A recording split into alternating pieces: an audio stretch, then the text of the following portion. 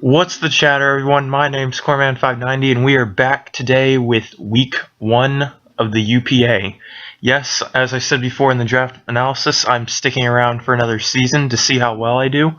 And yeah, this is really late. I already did my week 2 battle, and I still haven't uploaded my week 1. So this is really late, and I'm just going to go ahead and upload it right now as soon as I get this done. So hopefully you guys will enjoy what I have for you.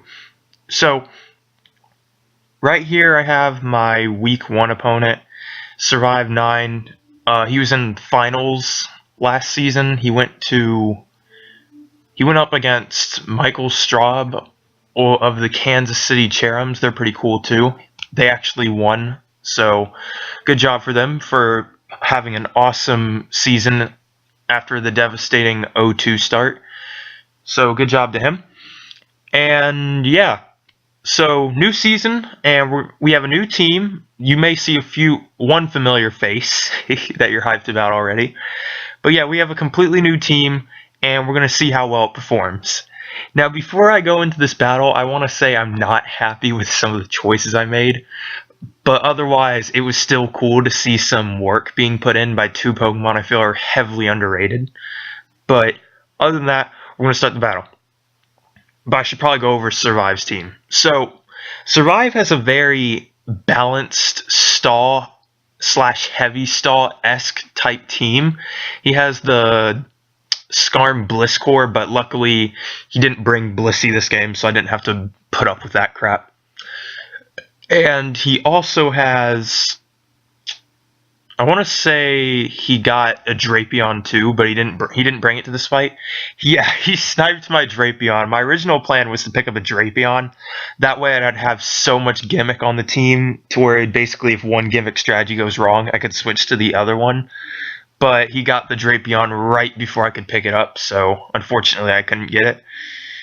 And yeah, so without further ado, I'm going to start the battle and I'm going to commentate over it.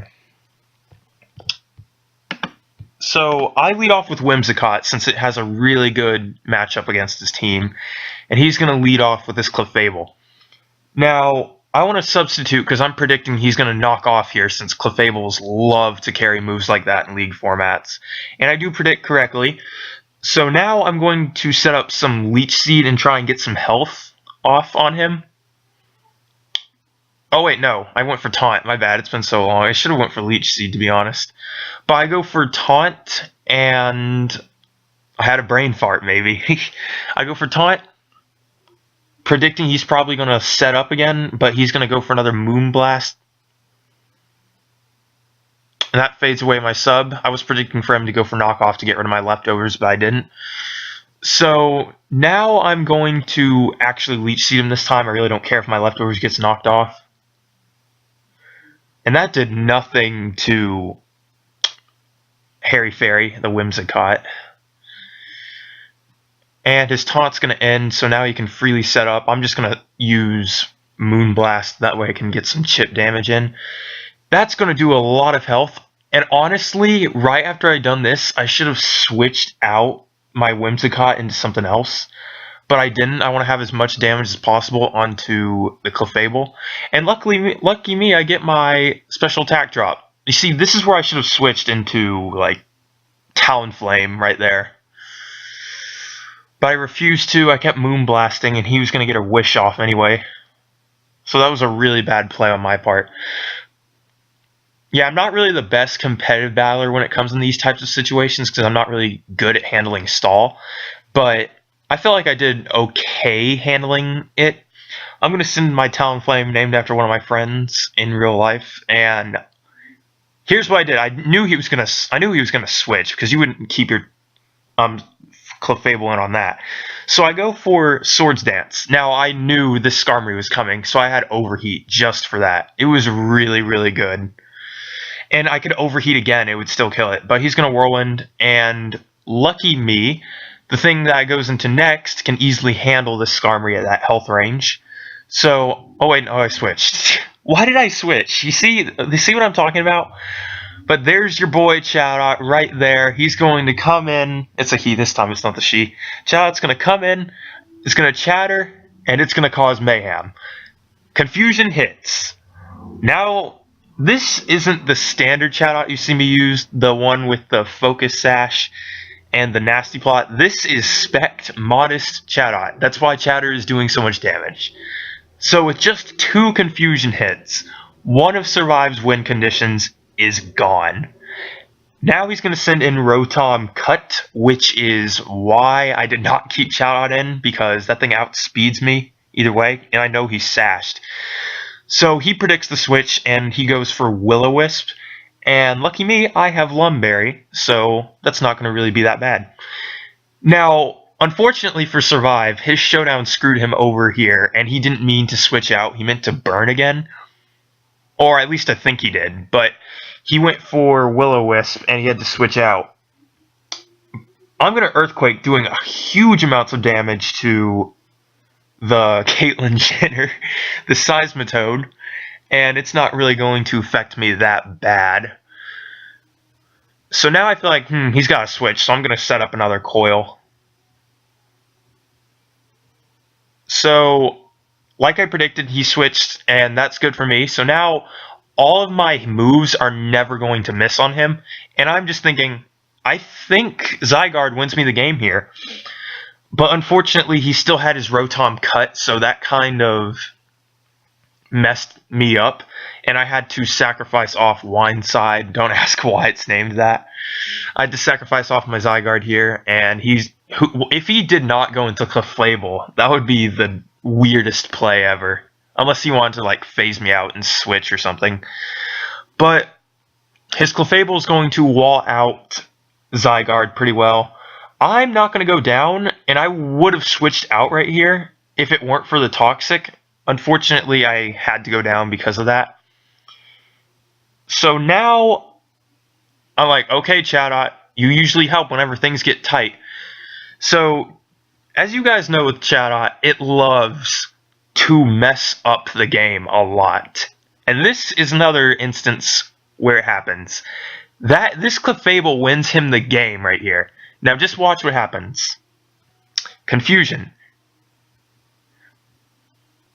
So, I live that Moonblast for some unknown reason, even though I have no Focus Sash. So it has to be uninvested tank. Now look how much damage Chatter is doing, and it's stacking up. The Confusion's starting to hit, and the Chatter damage is starting to stack up. He has to break through if he wants any sort of chance to survive. Now he knows that if the Confusion keeps hitting, he's going to be in a bad spot. So he's trying to spam his priority with Protect in order to break out. Unfortunately, either way, if he tries to use Protect here, it's going to hurt. I think he hits himself. No, he's going to manage to get a Protect off. But it doesn't matter because Chatter's going to kill at this distance. So really, I only needed like one Confusion hit on this Clefable in order to take it down. So it wasn't really that bad of hacks, but it was pretty strong. So Chatot already starting off great this season with 2 kills. I was hoping he would get another one, and here is where I throw the game away. Chatot outsped his Chandelure. I didn't know this, so good job to Survive for scaring me out with that. I thought he was timid, but apparently he was modest, and I had no idea he was. So he's going to throw out a Substitute. And I got to get rid of the Substitute now, or otherwise he can just stay in there. Now, the game was not over yet for me, but if I would have kept Chatot in, I could have ended the game a lot faster. Got a Chatter off, he would have hit himself in Confusion, that would have done 50% of his health. Then I could have got another Chatter again and maybe kill it from there. But, nah, I had to switch out. My Chatot became the win condition at this point, so I have no idea why I threw that out. So Talonflame's going to get rid of the Substitute, and for some reason, I taunted right here. I have no idea why I taunted. What was going through my head was that he was going to Substitute, but unfortunately he didn't, and the moment he got his leftovers back, he could Substitute again, but he still had Taunt. So basically, I just threw away the game right there. he's going to try and switch out his Chandelure, but my slacking was the Chandelure counter because he couldn't switch out. If he tried to, it would do double the damage. So now I'm going to switch back into Chatot because I know he's going to try and go for some setup because you'd never try to take down Assault Vest slacking, and I think he already knew I had it at that point. So he's going to Calm Mind. Now, you'd think Chatot would do nothing to 53% off of Boom Burst after the special defense increase.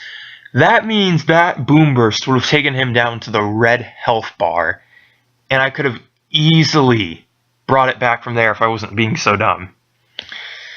I should have went for Chatter, honestly, and tried to go for the chip damage over a constant period of time.